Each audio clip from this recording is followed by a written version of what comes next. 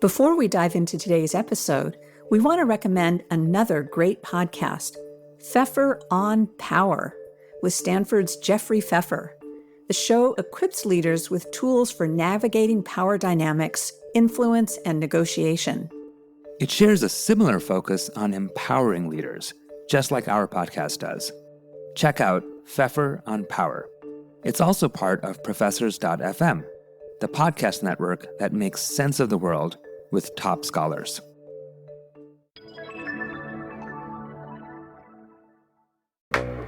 From Berkeley Haas and the Berkeley Center for Workplace Culture and Innovation, this is The Culture Kit with Jenny and Samir. I'm Jenny Chatman. And I'm Samir Srivastava. We're professors at the Haas School of Business. On this podcast, we'll answer your questions about workplace culture. We'll give you practical advice that you can put to work right away. Join us to start building your culture toolkit. Hi, Samir. Hey, Jenny. Can you believe that we're already recording our 6th episode? It's our season finale of our first podcast season. And to celebrate, we're doing something a little different. We have a fantastic guest. That's right. We now have 5 episodes of the Culture Kit under our belts, and so we decided to try something new. So let me, without further ado, welcome Laszlo Bock. Samir, Jenny, thank you. It is great to be here with you. I'm really looking forward to today's conversation with Laszlo, who's one of the leading industry voices on people management. During his time as Senior Vice President of People Operations at Google, he and his team transformed the field, bringing academic rigor and innovation to people management at one of the most successful companies on the face of the planet. Well, it was a team effort, but it was fun to be the tip of the spear for that. Laszlo then went on to co-found and serve as CEO of Humu, which was acquired in 2023, and then co-founded Gretel AI. He's also the author of the New York Times bestseller, Work Rules, Insights from Inside Google to Transform How You Live and Lead. Laszlo's here to help us consider today's question. So let's hear the question now. This is Melissa Wernick, Kraft Heinz Global Chief People Officer. And the question that I have is, as you think about the future of work and the ways in which workplace cultures are evolving, what do you think are the key leadership skills that will be needed for success? Melissa's a dear friend, and I love that question. It is a big, big question. So I'm delighted we're going to have a special 6-hour episode today. Well, it's big for sure. And given how much change we're going through, it's probably also the question on a lot of people's minds. But maybe between the 3 of us, we can surface some important qualities. So, Laszlo, how would you start to answer this? Well, I think you can't be an effective leader in the hybrid era without first establishing credibility. People need to trust you. And that means partnering with your clients, whether that's the CEO or the managers you work with, but also establishing credibility with employees at large. So that starts with the basics. You actually have to have some expertise and financial acumen in understanding the business, understand some corporate finance, be able to speak their language in order to know what and when to share and be comfortable with transparency. That makes a lot of sense to me too, Laszlo. And I think as we think about the kinds of knowledge that people need to marshal, we're also starting to see some real shifts in what's required.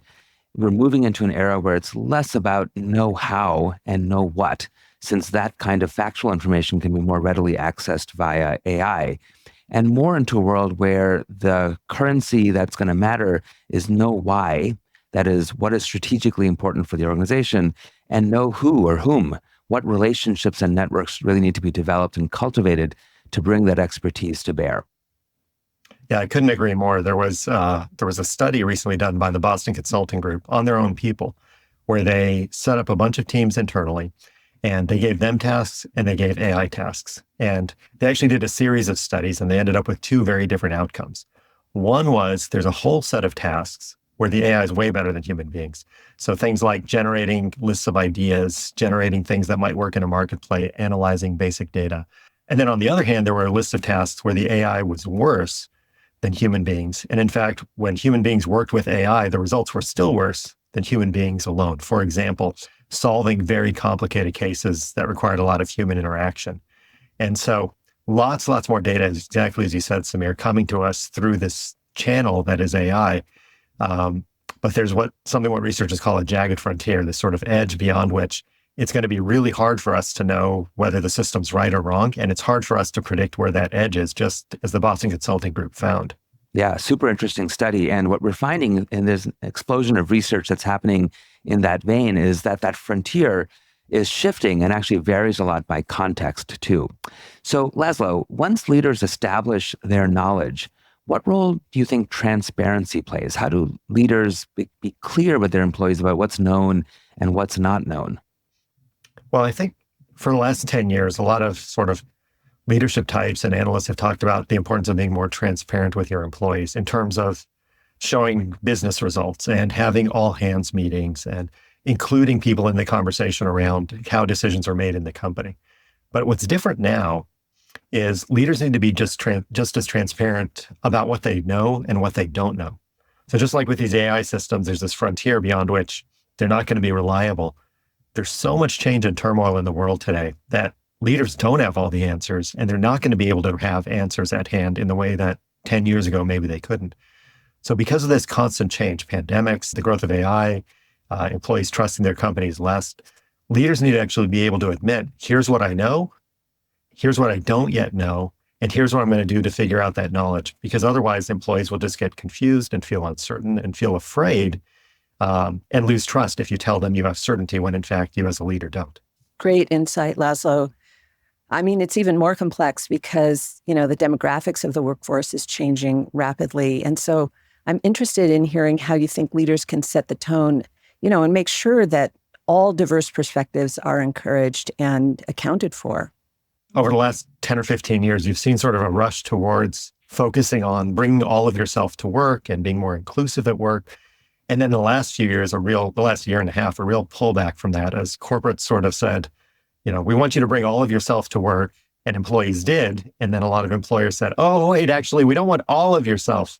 We want kind of the interesting parts, the fun parts, but don't bring your politics, don't bring your religion. And so the path to navigating that and setting the right tone actually starts as leaders, having a clear sense of your own values. And when it comes to things like inclusion and changing demographics of the workforce, the fact of the matter is the workforce, certainly in the United States, but more generally globally, is going to become more diverse. It is becoming more diverse. People from more backgrounds are coming into the workforce, any way you slice the data. And so the underlying issue is you need to understand your own values as a leader about where you stand on, is this a good or bad thing? And by the way, it's a very good thing. And second is you have to actually decide what side of history you want to be on. Because the trend, certainly in this country, is towards more inclusion, towards more egalitarianism, towards more diversity. I mean, that was the whole notion of the melting pot we used to talk about. And as a leader, you kind of have to decide, what side of history do I want to be on? The side that's moving forward or the side that's trying to drag society back? And you need to be honest with yourself because not everyone's on that right side of history. And, if you're lying, your employees will feel that and they won't trust you and they won't want to work with you. What you're saying makes a lot of sense, Laszlo. But of course, we're also seeing a lot of backlash towards efforts to promote DEI throughout the country and more broadly in the world. So beyond being on the right side of history, what do you see as the business benefits of inclusion? So the academic data and the sort of consulting data on inclusion is pretty mixed. Some studies have said it helps. Some studies have said it hurts. A lot of them have said it's neutral. And so when I was at Google leading people operations, we actually asked this question because my strong hypothesis was more diverse teams are going to perform better. So we went out, we looked at teams across the entire company at Google, something called Project Aristotle, which you can look up. And it was a study trying to find out what drives performance. And in the first pass, one of the hypotheses we tested was diverse teams are more productive. And we actually found they were not. However, it didn't make intuitive sense. So when we went back and ran Project Aristotle a bit further, we actually found there were 5 things that drove team performance. And the underlying single most important thing to establish on a team is something called psychological safety. This is what Amy Edmonds has been writing about for a long time. And the idea is people need to be free to speak up and share their views and perspective without fear of reprisal. So then I said, why don't we go back and look at teams with high psychological safety and look at homogeneous teams and heterogeneous teams, sort of very similar teams and diverse teams. And what we found then was diverse teams outperformed homogeneous teams by 20 to 30%. And the key unlock there was, if you don't have psychological safety, people are just going to tell you what they think you want to hear. They're not going to bring the benefit of their experience to bear. And so I think that's sort of the way to interpret the data that's in the marketplace. The studies that say, oh, diverse teams don't perform as well, diversity is hard. What they're discounting, what they're not controlling for is you first need to create an environment where you can get the benefit of diversity. And once you have psychological safety, people speak up, bring their best ideas to work, and you actually innovate tremendously and are much, much more productive. Well, that's such an interesting study. I have a study that I did with a colleague, Jack Gonzalo, where we found, particularly in the case of innovation, having that, clarity around psychological safety matters a lot. And knowing the rules in terms of political correctness, which is the construct we studied, really, really matters for people's willingness to take a risk on innovative ideas. That's super interesting work, Laszlo. So, of course, change is a given. And so far, in terms of these key leadership skills for the future, we've talked about trust, we've talked about transparency, but I'm also thinking that inspiration plays a huge role, especially when you're leading change and when teams may be dispersed or hybrid or remote or wherever. Inspiring people to feel the awe of the collective. This is something that Dacher Keltner here at Berkeley in our psychology department talks about, the awe of the collective, which can kind of quiet the voice of self-interest and increase the chances that people can create something amazing together. Laszlo, I'm sure you have some ideas of how to become a leader who inspires people. Well, yeah, and actually the work you've all done at Berkeley has been phenomenal in this area, because we've all sort of experienced that moment of awe in the context of nature, right? You see a beautiful sunrise. The articles that have been written about when people go to space and they come back is that they feel lonely in space and they're awestruck by the planet Earth and all of unfolding humanity and the sense of connection they feel to that. And nature is the best place to get those kinds of experiences. And your pioneering work has looked at how do you then instill that at work, where people spend most of their lives. And it made me reflect on something we saw at Google, which was, Google has this amazing mission: organize the world's information, make it universally accessible and useful. And we found there was sort of selection bias, that people would be drawn to the company because they thought this mission was amazing and they wanted to be part of it. But then you've got all these random businesses at Google that have nothing to do with that. And in fact, if you actually look at how Google makes their money, 90% of the revenue is ads. It's just people clicking on the internet, right? And no different than magazines, newspapers, television. There's not that much inspiring or exciting. Like, nobody mourned when classified ads in newspapers went away, except for newspapers. But it's not like people were like, oh, those ads, they made me feel so good. They inspired me. But the very clever sleight of hand that Google did, which was also sincere, was we would draw connections to the individual human beings who were impacted by what we were doing. And ads supported it. Ads made it possible. But for example, every salesperson knew, which was a company in Texas called the Paul Bond Boot Company. And it was a third generation boot maker in this little tiny town in Texas. And they were struggling. They were going to go out of business. The third generation was going to see the company fold. And then Google arrived. And suddenly they could advertise to the world and run their ads everywhere. And they started getting orders and the business exploded and things were great. And this little business survived. And this man and his company and this legacy persisted. And that was super inspiring. And so I think what's happened is we have so much coming at us from a technology perspective and so much pressure to be more productive that it's become harder for companies and individuals to find that meaning in their work, that inspiration, Jenny, that you were talking about. And the best way to do it is to find the human beings who are actually impacted by the work you do at the very end of whatever activity is being done. The passenger whose luggage is recovered or who's reunited with family they haven't seen for a long time, or the grocery store checkout clerk who rushes out and hands that bag of groceries to some, elderly person who forgot it and makes that connection. Those little moments are really inspiring, that telling those stories is more important now than it's ever been. Yeah, it totally makes sense to me, Laszlo. My wife works in the biotechnology sector, and one of the things that her firms have always done over the years is to have an all-hands meeting at which they bring together patients who have benefited from the therapies and treatments that the firms have launched. And that's a way to help everyone in the organization connect to the mission of the organization in a really powerful way. So, Laszlo, we've talked about inspiration and awe and connection through stories and meaning. I want to take us to another big word that comes up in discussions of leadership, and that's courage. And it's a word that I think often gets misinterpreted. So what's your take on courage?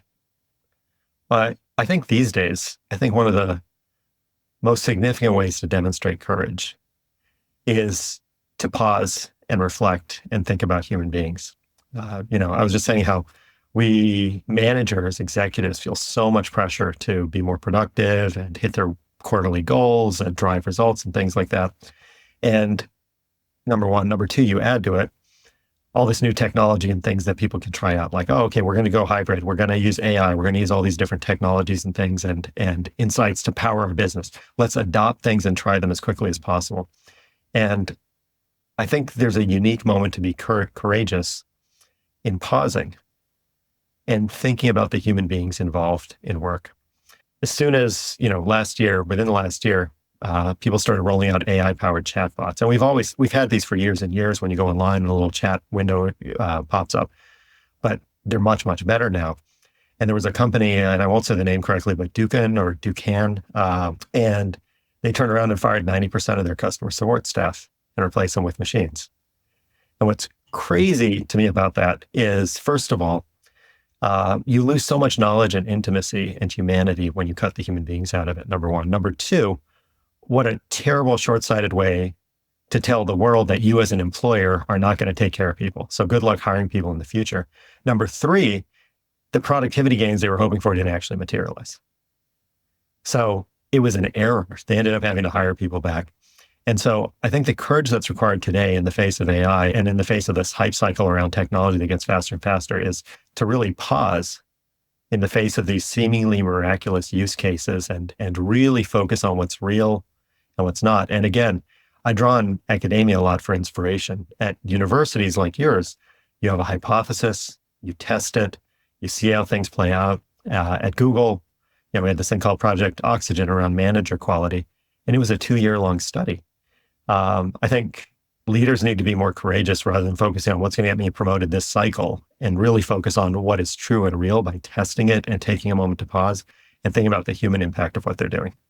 Totally makes sense. And Jenny, Laszlo's comments on pausing and the importance of pausing really resonates with one of the core themes that we've been trying to instill in the Berkeley Center for Workplace Culture and Innovation that you and I have been co-leading for several years now. And that is the theme of experimentation, of really trying to run carefully designed experiments to learn what works and what doesn't work. You want to say a few words about the experimental mindset? Yeah, well, I think the whole idea of going into experiments goes back to your first comment, Laszlo, about the courage to be wrong, right? Experiments can help you really determine what will work. I'm talking about using A/B tests, not just for the obvious things like website functionality or customer preferences, but really across a broad range of organizational policies and practices. And the experimental methodology requires that you have the discipline to really gather information from the people that you're impacting. So I think, for example, of Lyft, the rideshare company, and they've gone through a really interesting set of experiments to figure out what the best hybrid work approach would be for the company. And of course, Lyft's business strategy is all about connecting people. So something I didn't know is that in contrast to Uber, that's launched as a black car service, Lyft really started as a long-distance carpool service. And so the vision there is about people connecting, in a car. So the company really has a view that people connect better in person at work too. But employees were telling them through the pandemic and even after the pandemic that they really needed some flexibility. And so Lyft conducted a set of experiments, and they've landed on a current hybrid work approach. It's what they're doing now. They know it may not be what they do forever, but their current approach is that employees need to come in 3 days a week. There are 2 common days. Employees get unlimited PTO, and employees can opt for 4 weeks of remote work per year. But really, the rest of the time, people are pretty office-oriented. They're even refocusing on hiring people who live closer to offices, and particularly the San Francisco office, and who really intend to be in the office regularly. Now, they didn't start there. Instead, they tried something like 5 different arrangements before landing on this one. And they tracked every time how employees were responding. And right now, employees are very positive about this approach. So, Laszlo, I know that Humu, the company that you founded, really emphasized an experimental mindset. Can you tell us more about that? Yeah. Well, and I love hearing stories about other organizations that have this experimental mindset, and that Lyft tried 5 different ways of doing something before settling on the correct one. I think it's too easy as human beings to sort of come up with an idea and anchor on it and then drive that forward. And then our cognitive dissonance forces us afterwards to say, well, that was a good idea or the best we could have done, when the reality is you should test a lot of things. And that was one of the founding ideas behind Humu, which was acquired last year. But we were an HR tech company, and the idea was we used nudges, so small interventions, usually just sent by email, to give people sort of micro coaching and little bits of advice. But it was geared to what behavioral change would have the highest marginal benefit for them and their team. And so we would nudge an individual, a team member, and a manager all at once. So going back to the inclusion case, if you want to drive more inclusion or innovation, we might nudge somebody to speak up early in a meeting in the first 10 minutes because it's easier to get on the board early in a meeting. We'd nudge a peer to ask someone who's been quiet what they think. And we'd suggest to a manager, maybe they just ask questions, don't get answers, or hold back until the end of the meeting. And by nudging multiple people, you have a higher chance of behavioral change. But the way we arrived there was ferocious experimentation. One of my co-founders, Dr. Jesse Wisdom, who was with me at Google, before that Carnegie Mellon, and now leads people analytics for Adobe and is brilliant. We had a deployment at Fidelity. They bought the product in their call centers, and she led the analytics around that. And so we ran an experiment to determine, what actually drives performance in a call center. And it was a great environment because the jobs were highly structured. There were tons of performance metrics, but it's also one where it's hard to change human behavior. And again, this goes back to the Duquesne example about let's throw out the human beings, replace them with a machine. We surveyed the population, and then tried a bunch of nudges. And what we found was that the nudges that had the biggest impact related to meaning and autonomy. So meaning, inspiration, like we've been talking about. And so you couldn't actually change the job. Like you couldn't tell people, we're going to reduce your queue. You couldn't tell people, we're going to give you more time off. We couldn't tell people you're going to physically sit with other people, like highly, highly structured environment. But just by nudging people about, did you have a good customer interaction today? Or did you have one this week? That would be a first nudge around trying to find meaning. And then the second nudge would be about, if you did, share that story with people around you. And then we would nudge managers, ask your people about these and tell these stories. And by testing these different nudges and encouraging people to focus on the parts that were meaningful, we found that actually productivity went up by 8% across the entire organization, which on the one hand doesn't sound like a lot, but on the other hand, this was just from sending emails. And it was the difference between an average performer and a 92nd percentile performer. So imagine, everyone at Fidelity performs well in general, but this is like taking an entire class of C performers and suddenly they're A performers just by sending some emails. But we only arrived at that by, in advance of that, testing thousands of nudge tracks and building an entire model around, how human psychology works in the workplace. So it was essential to our success to do these things, and which eventually led to the acquisition, which was kind of a fun thing. So Laszlo, I love that phrase, ferocious experimentation. And I think that's a really nice way of describing what you did. But what you did also required some significant change in the organization. The experimental mindset and building those capabilities doesn't just happen. It often requires getting people to change their behavior. And so I want to take us to the topic of influencing, especially when we don't have formal authority to just tell people to do something. So I teach a course at Berkeley Haas called Power in Politics and Organizations. And a lot of the course is really about trying to understand and map the sources of power in an organization and to harness those sources. And we talk in the course about three main sources of power: the personal sources of power that come from a person's skills and expertise and the reputation they build; positional sources of power, including formal, semi-formal roles they might play and the informal roles they might play; and relational, which comes a lot from one's networks of relationships and the interpersonal alliances they might have. So from your experience as an industry leader, Laszlo, what have you seen as the most effective approaches to being influential, particularly when someone doesn't have formal authority? Well, it's funny because I've sort of lived in this world and thought a lot about it. Because one of the things I realized once I became a head of HR, which was really, it was my second HR job, was that there was very little formal authority in that job because everyone in the company had opinions on what we were doing, particularly at a bottoms-up culture like Google.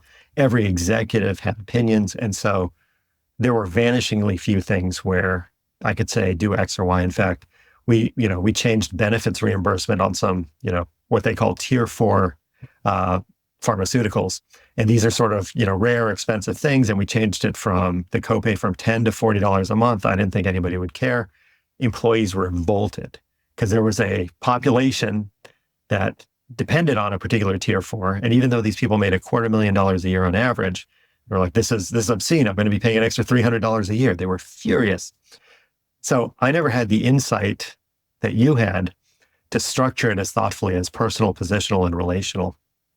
But to circle back to your question, my lived experience is that on the personal side, the most important thing is building a reputation as being backed by data and science. In the people field, because everyone has opinions, everyone's going to say, well, here's what I think, here's what I've seen, I've read this book, what do you think? And, in the people profession, there's not like a body of knowledge like lawyers can draw on and say, oh, this is what the court has said. Everyone's got their opinion. And so I worked really hard with our people analytics team to base everything on data and science and reason from that sort of fact-based reality. So that's a huge source of power, starting from the data. The second is really alliance building. And I think that probably falls under your relational category, and it's not politicking. It's not like, Real Housewives of Orange County, alliance building and backstabbing. It's actually finding common cause with people. Again, going back to what we talked about, where are your values the same? Where do you believe in the same things? And so it's not a transactional thing. It's, are we on this journey together? And from there, that's how you lay the foundation for culture. But I will say, I know Jenny is actually the expert on leading through culture, like on this planet, given her work. And I know Samir, you shared with me just this week that some of this goes back to her dissertation work when she was just a student, sort of exploring this, building some of the best tools to assess culture and leadership. So I'm going to stop talking. I'd love to hear Jenny's perspective on what comes to mind in answer to this question about how do you influence without formal authority? What actually works in the real world? Oh, thanks, Laszlo. Those are very kind words. But my favorite thing that you said was not about me. It was about the science. And I think you're preaching to the choir here with Samir and me. We totally believe in using data, using evidence. So in terms of culture and culture change, let me offer 3, hopefully quick examples that I've taken a look at pretty recently. One is Maersk, which is the large, old Danish shipping company, one of the largest shipping companies in the world. And believe it or not, up until about 2015, at terminals all over the world, Maersk was still using sort of paper transactions, paper and pencil transactions. And obviously, they needed to go through a digital transformation to kind of upgrade what they were doing for, any number of obvious reasons. So they hired, within really about a year or two, 4,000 high-tech people when there had been literally zero there before. And if you think about the Maersk culture, the before version, it was about as far away from a high-tech culture as you can imagine. So the Maersk CEO, encouraged by the CHRO, Ulf Hannemann, who I've just written a case about, decided that they would try to make changes in what they called iconic practices based on Herminia Ibarra's work, to signal to people that they were serious about changing the culture. This is a way of kind of jump-starting cultural change. And so one of the things that they did was they dropped their long-standing dress code. And so you could think, well, dress code, like, what does it matter what you're wearing when you're working? But in fact, it was a real symbolic move to indicate to people that the old culture and the kind of stiffness and formality that existed there was really going to give way to this new, more modern, more tech-informed kind of culture. And, Soren Skue was pretty uncomfortable with this. He actually was willing to take off his tie, but he still wore a jacket to work. But he really encouraged the company as a whole to relax this longstanding dress code. And it really helped, along with a number of other changes, to kind of jumpstart cultural change, and really allowing Maersk to reap some benefits very quickly in terms of NPS scores and financial gains. A second example, just really quick here, is Kaiser. And you notice I'm picking firms that are probably not usually thought of as those that are like first movers, innovators, whatever. But Kaiser, the healthcare organization that's out here on the West Coast, and they have some East Coast, Mid-Atlantic centers, it was the first major healthcare organization to implement electronic recording. And the impetus of the story is so interesting. There was a pediatrician in their Santa Rosa office, their Santa Rosa hospital, who was experimenting with his Mac kind of back in the day. And for his own sort of personal efficiency, sort of built a program that allowed him to track his patients electronically. Now, that could have easily stayed contained within the Santa Rosa, pediatrics department, or even, this one physician using it. But because Kaiser has a whole set of ways for different parts of the organization to connect, they really had channels for launching this as a real initiative that spread very quickly throughout the organization as soon as people saw that it would work. They have something called a Chief of Chiefs meeting, where all the chiefs of departments get together. The heads of each of their medical centers get together on a regular basis. The departments within a particular medical center get together. So there are all these channels for adopting new technology relatively quickly. And then the final example I would give is Mars Inc., which had a challenge because they're a big, old, family-run company they're huge. They have, well over 100,000 employees. And yet they were being kind of killed in the marketplace by smaller, scrappier competitors who were coming in quickly with new products and new ways of getting them into the market. So the top 200 leaders at Mars agreed that one of their problems, we actually did a formal culture assessment there, one of the problems was that they were being overly collaborative, and it was really slowing them down. And so to figure out what they meant by overly collaborative, it really was about feeling the pressure to invite everyone into various decisions as a sign of respect, right? I respect you, so I'm going to bring you into this decision. Well, the top leaders decided that was really not a good strategy for being fast and nimble. And so they redefined what they meant by respect. And the new version of respect really meant, I'm not going to include you in the decisions that are not central to your part of the organization. And we're going to, just move with a smaller group of decision makers and make those decisions more quickly. So the organization then did a lot of the things that you're describing at Humu. They worked together to implement how they would share stories about successes of go-to-market strategies. They developed many cases. They spread those throughout the organization. But there were far fewer meetings that allowed them to simply move quicker. So these are sort of three examples of how to get in there and make the change happen. So those are three great examples, Jenny. And as we think about the world we're all entering now, a world that's going to be dominated by these AI tools that are becoming increasingly widespread, I think another important facet of leading through culture is developing a culture that really values and emphasizes data and critical thinking. So this often involves helping everyone in the organization, not just those in technical roles, get really comfortable with data analysis and also the use of AI-based tools as a co-pilot for decision-making across the range of decisions that get made in the organization. An example that comes to mind for me is that of Vodafone, which very early on in its digital transformation made a choice to have every executive, regardless of function, whether they were in human resources or operations or marketing, every executive had to learn to design a chatbot. And it was a very symbolic move that emphasized that we're entering a new world where everybody has to have these kinds of tools. And if we think about what's happening right now with misinformation and hallucinations that happen through AI-generated tools, helping everyone develop some critical thinking ability to really assess the quality of evidence that they're engaging with is going to be critical for any effort to lead through culture. Well, so we've actually covered a lot of ground today. If I think back to Melissa from Kraft Heinz's initial question about leadership, I want to make sure I get the benefit of your answers to the question. You've been looking at this for decades. So Jenny, how would you sum up, in answer to Melissa's question, the three most important leadership skills? Well, thanks, Laszlo. Samir and I really want to thank you for being here. And this has been a wide-ranging conversation because you are such a big thinker. So we really appreciate getting the benefit of your vast experience, vast and interesting experience. And in fact, that's the issue. What are the most important leadership skills? Are there three? Can we consolidate it?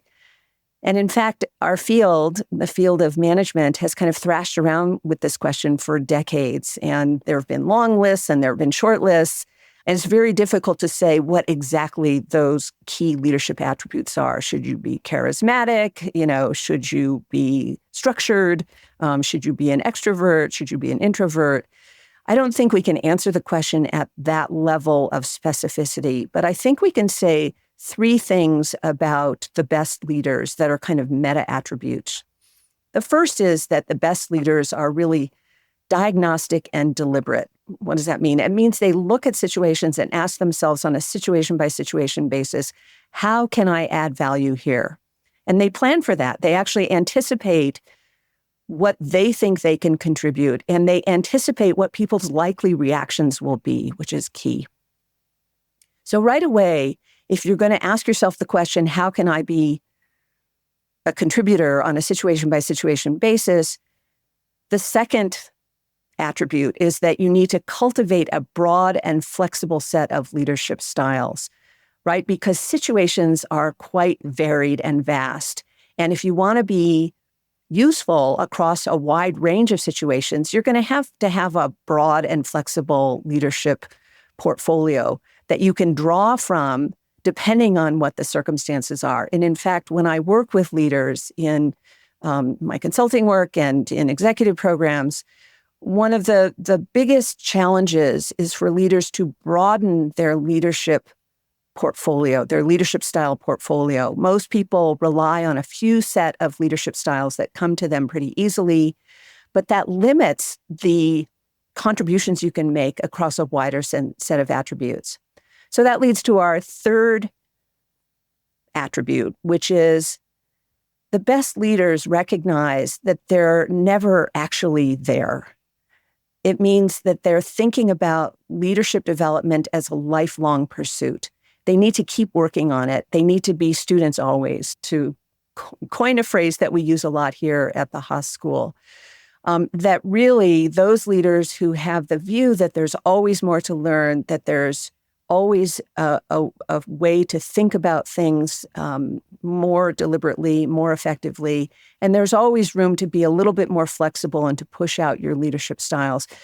Those leaders who have that orientation really do very, very well. So let me pick up on the third theme that Jenny just talked about, the defining leader principle we have here at Berkeley Haas of students always, and use that as the basis to make an exciting announcement, which is that we are about to launch the Berkeley Executive Education Chief Human Resource Officer Academy featuring Laszlo Bock. And it's been very exciting to collaborate with Laszlo in co-designing and developing this new program, and which really builds on a vision that Laszlo has had about what such an academy could look like. So Laszlo, tell us a little bit more about your vision for this program.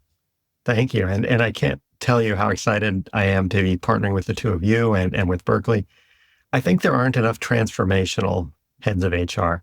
The job's gotten difficult. Things change more quickly than ever. And there's a lot of heads of HR who are great, who do good work, and who ably serve their teams and the CEOs and the companies. But there's a very short list of people who truly transform their companies. My favorite current example is my friend Kathleen Hogan at Microsoft, who has partnered with Satya Nadella to completely transform not just the culture of Microsoft, but the business and how they're thought of in the world. And she's sort of an unsung hero there, but if I can sing her praises, she has absolutely transformed that place. We actually talked about Kathleen and Satya in our last podcast episode. Oh, I didn't know that. That's great. And she'll actually be joining us for the first night of this program. But the idea was we need more people like Kathleen. And so there's a handful of elements which I think as you rise as an HR leader, you don't get a lot of exposure to that we're going to address. One is analytical skills, which includes understanding how to grapple with AI as well as people analytics. The second is really elite consulting, quality, problem solving, and structuring skills, which includes things like, employee voice is a real challenge at a lot of companies. How do we harness that for the good? The third is there's always a few specific HR topics which people need, like exec comp. Nobody's got enough exec comp when they take that job. And we're actually also going to ask the students, the executives who take this program, to tell us what are hot topics for them, and we'll custom build content. And the final thing is mentorship across companies. Too often you don't get that in your career, and it's so valuable. So the goal is to train the next generation of transformative HR leaders and to make sure there's more than just one or two per generation. I want dozens or hundreds of transformative people in this field making work better for everyone, everywhere. And I'm excited to do it and couldn't imagine better partners, Jenny, than you and Samir than you and the other remarkable faculty we're bringing in on this. It's so exciting, Laszlo. We can't wait to launch in October. If anyone's interested in the program, you could go to the Berkeley Executive Education website and look for the CHRO Academy featuring Laszlo Bock. So take a look. It's going to be fantastic. And well, guys, that's a wrap for our first season of the Culture Kit.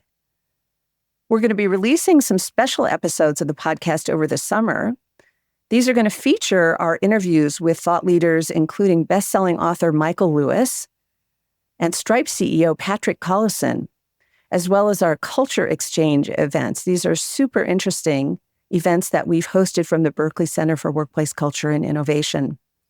Thanks so much for joining us, and stay tuned. Thanks for listening to The Culture Kit with Jenny and Samir.